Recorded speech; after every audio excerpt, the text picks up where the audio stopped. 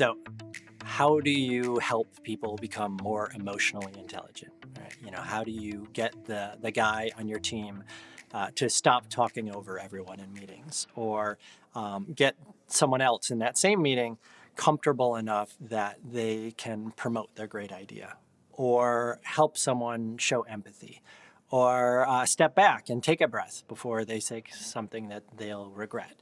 So there's are really, really tough changes to help someone make. Valuable, but really tough. And so what I want to describe here is a study that we did with a little over 6,000 learners over 2 years, trying to help them do just that. And we did it over multiple iterations. And we took this work on because we work with a large network of consultants and coaches who work with organizations to help them develop their workforces. And we were continually hearing from them that these were the type of issues that a lot of their clients were struggling with. And so the experience that we eventually ended up creating for this study, it was about 4 hours long. And what I'll do is I'll break it into three phases, three problems that we knew from the beginning that we had to solve. All right, so one, we needed to get people invested in their EQ development because it's not something that you normally think about, right? We get invested in things like, well, I want to start eating healthier, right? I want to lose weight. I want to spend more time with my family or my dog, or I should figure out where my cat is, right? But we don't commit to EQ development, even though it can dramatically improve our happiness and our ability to meet our goals. Okay, two, we also needed to help them figure out where they needed to improve, right? Usually that is not obvious to us. And then three, we needed to help them act on those insights, right? And so like each one of these is progressively harder than the last. And so our task was, how do you do that? So, all right, so the first one is, how do we really engage people, get their buy-in? Because developing my emotional intelligence, like that's going to take a lot of effort from me, right? I need to be really committed and bought into that goal, right? I have to own it. And one of the ways that we have discovered over the years to do this really effectively, ironically, is to start with what people are really good at, where they shine. We all love basking in that. I do, right? Especially things that I may not have traditionally thought of as a strength before, like making people feel heard, or speaking up about problems, or filling awkward silences, right? Even if I was the one who created that awkward silence. And so we started with a discussion of people's EQ strengths. And not just a list of their strengths, 1, 2, 3, but a deeper level discussion of where that comes from inside of them. So for instance, my wife, and I'm going to be using her as a running example throughout this, she said I could. She is really good at staying objective. She is really good at remaining resolute when she is pressured, and really good at standing her ground in a situation. Like, for instance, if she wanted a dog and the person she was married to didn't, right? She is really good at being self-assured, asserting for her opinions and rights, right? The dog picked up on this immediately, right? Well, where does this come from? What's the source of these strengths? Well, she, in particular, she's got a really strong psychological need to have competency in her life.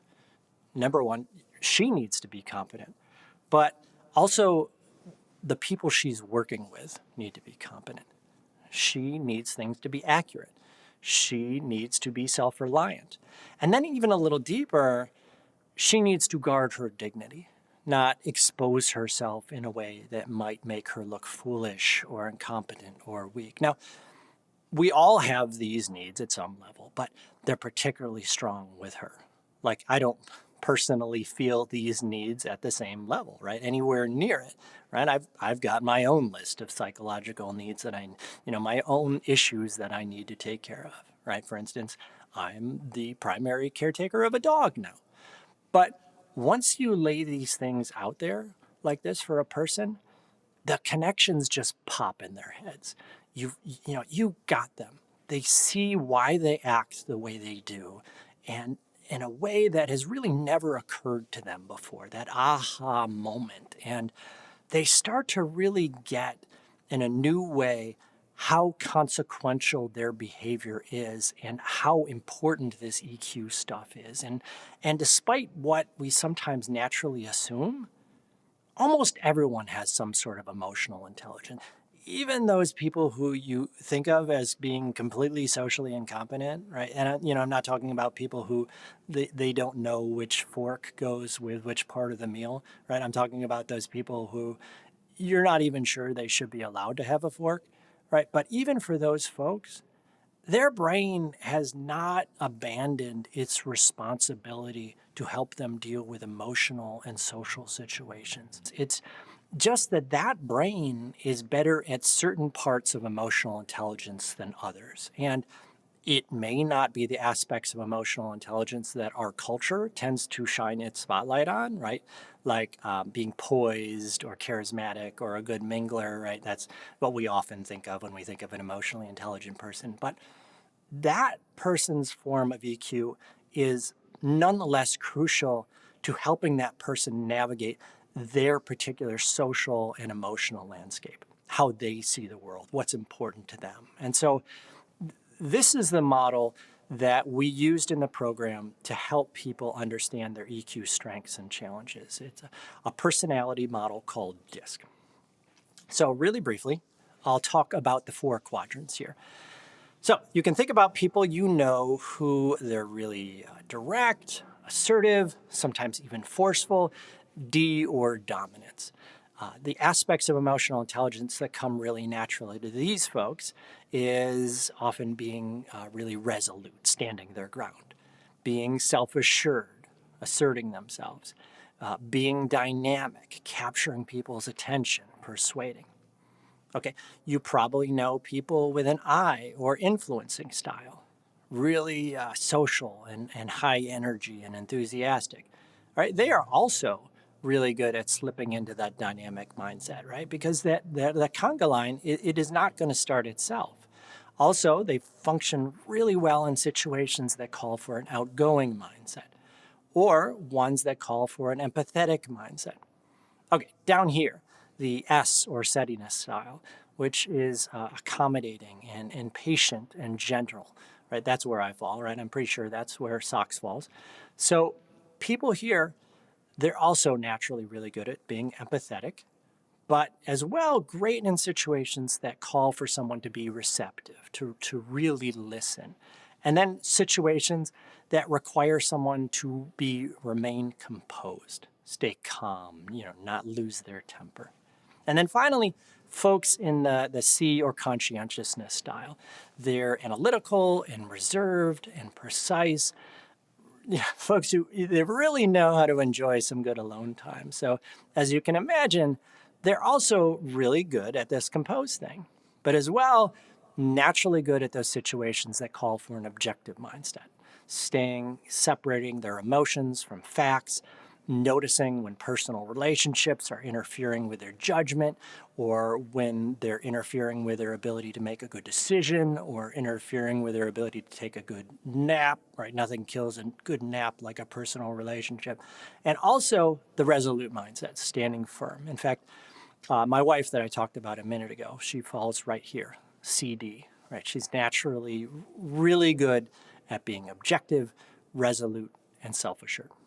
So in the classroom experience, we incorporated an assessment that measures a person's personality in this model, as well as a self-assessment of which mindsets around the circle here come most and least naturally to them. So this whole celebration of strengths that I've been talking about, which was done largely through small and large group discussion, it was not just a great way to get people invested, but it also introduced the model in a personalized way and helped them really appreciate just how important their emotional intelligence has been throughout their lives.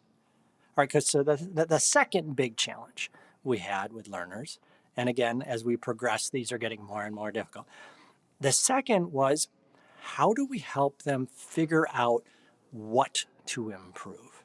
Raise awareness of those mindsets that are outside of their comfort zone and get them to see those mindsets as truly valuable, because the mindsets inside their comfort zone, well, this is my wife again. Those mindsets inside their comfort zone, they're there for a reason.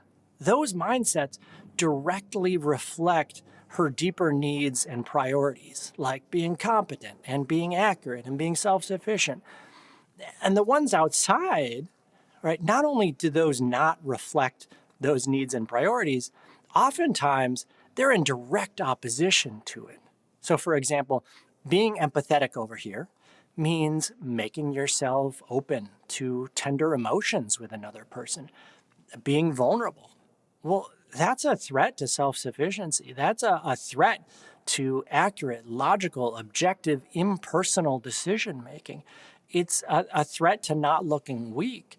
And actually, we did a kind of an interesting study, a different study, a couple years back, where we had a bunch of learners take a personality assessment, and then we gave them learning modules that they could use to independently explore different topics. And so some of these topics were on their strengths, and some of them were on their challenges. So guess which ones people spent the most time on? Well, interestingly, people said after the fact that they spent the most time on their challenges. But what they actually did, because we can look at their usage and see, is no, in fact, they spent the most time on their strengths. Those are the things that made sense to them.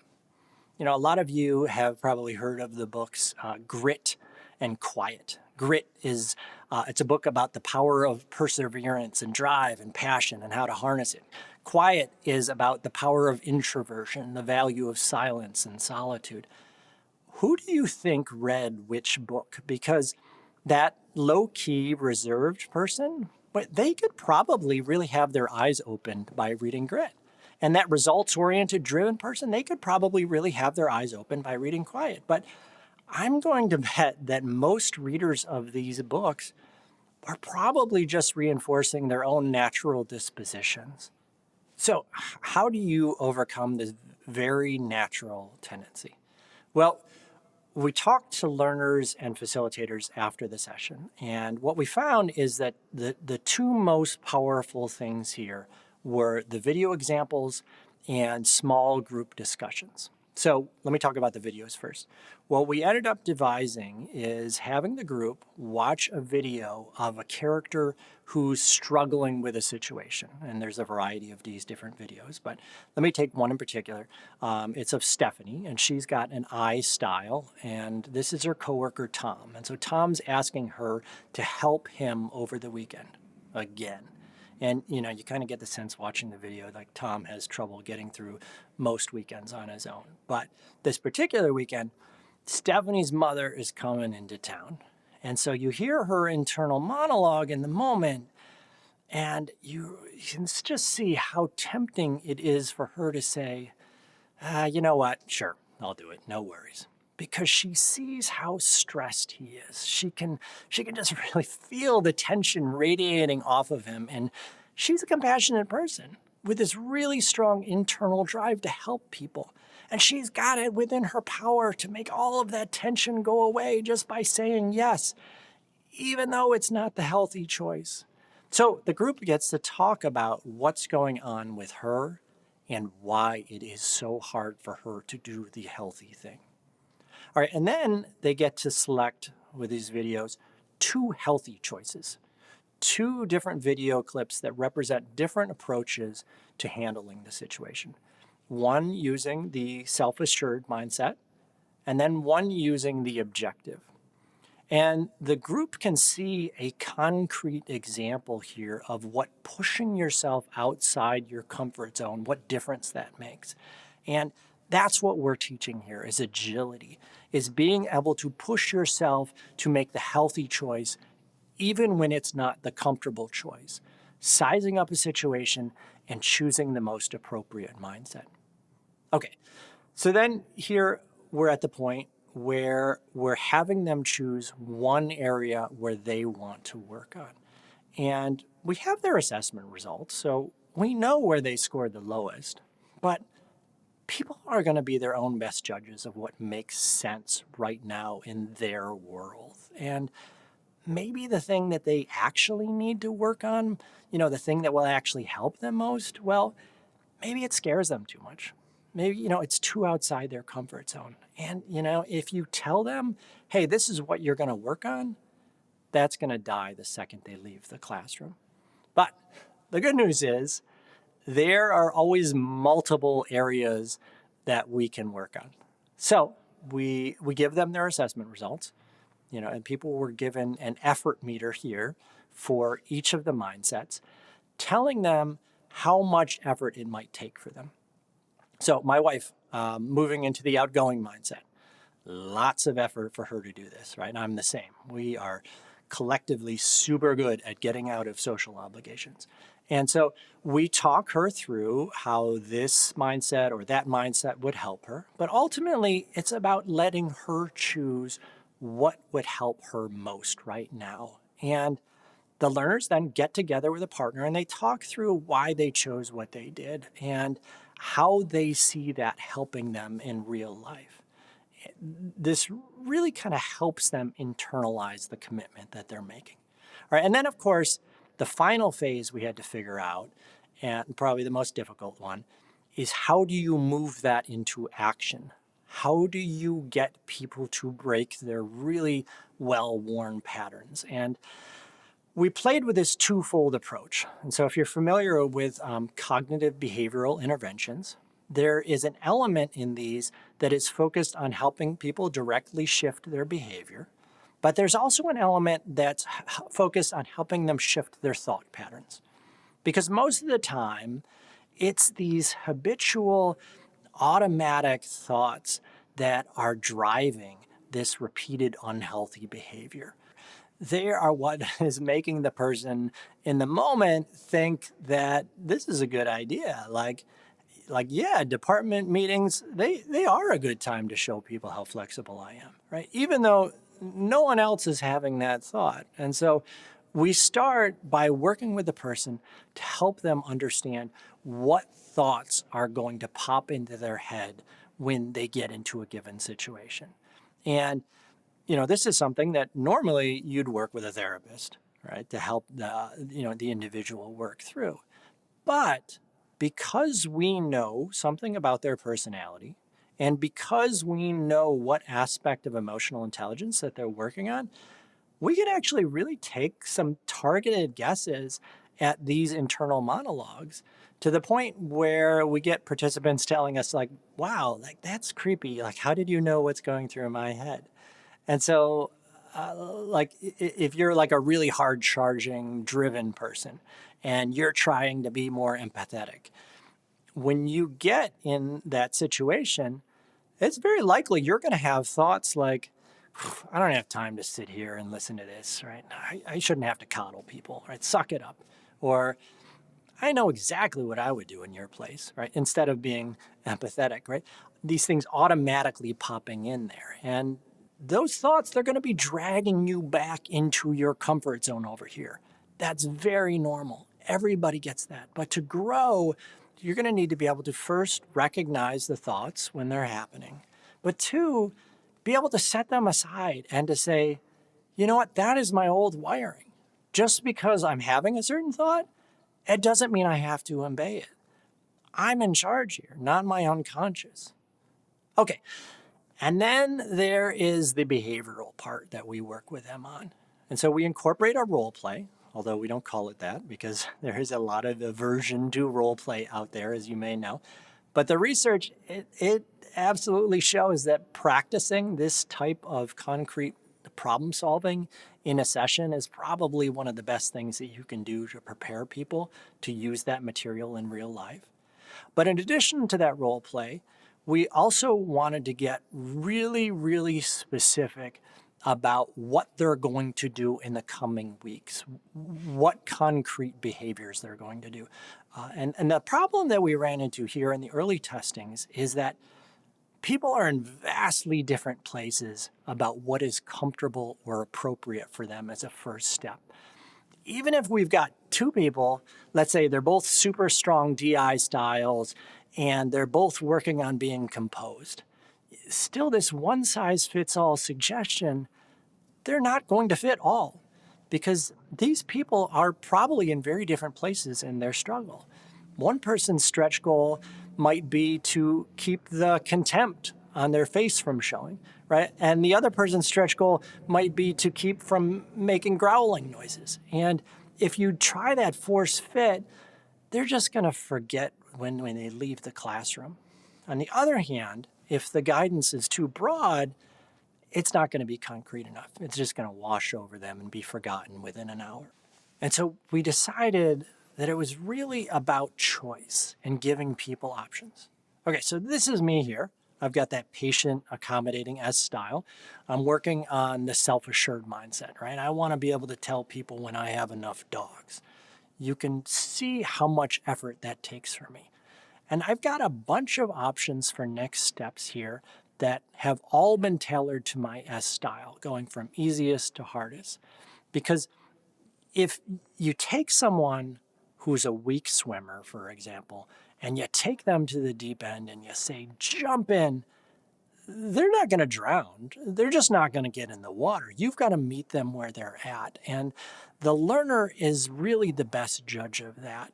So this one here about addressing interpersonal problems more proactively, boy, that sounds like a lot more energy than I'm willing to commit right now in my life. But this one here about monitoring my language choices when I'm talking, not giving away my power in the conversation, well, yeah, like I can do that. Actually, I'm excited about doing that. I'm going to get better at that. Okay, so speaking of getting better, as we went through this study, we looked to see if the changes that we were making were actually making a difference. So one of the things that we found is that in both the earlier versions and the later versions, we were having a little over 95% of learners report that they were engaged in all 4 hours. So that is a really hard number to budge upward. So we didn't expect a lot of movement. We didn't get a lot of movement. But where we did see a difference, and I think this is probably much more a difficult metric and probably much more important, is will they use it? So in the earlier iterations, we got about 88% of people saying they saw themselves using what they learned in the future. We moved that up to about 92% in the later version, which we were really pleased with, right? It's only 4 percentage points, but as most facilitators know, it's capturing those more cynical or disengaged learners that's particularly hard. So those 4%, they were really hard earned. Okay, so again, if you look back at what we did here, a big part of this was about raising awareness, not only intellectually, but also that emotional buy-in. All right, and then giving people concrete steps that they can take to improve their EQ in real life situations. And certainly it is not easy, but emotional intelligence, that is often the difference between a place that is toxic and disjointed and one that is productive and effective, where you actually want to spend your time. Okay, so speaking of time, thank you for yours. And if you're interested in finding out more about this development program that I've been describing here, it is called Agile EQ. So thanks so much for your time.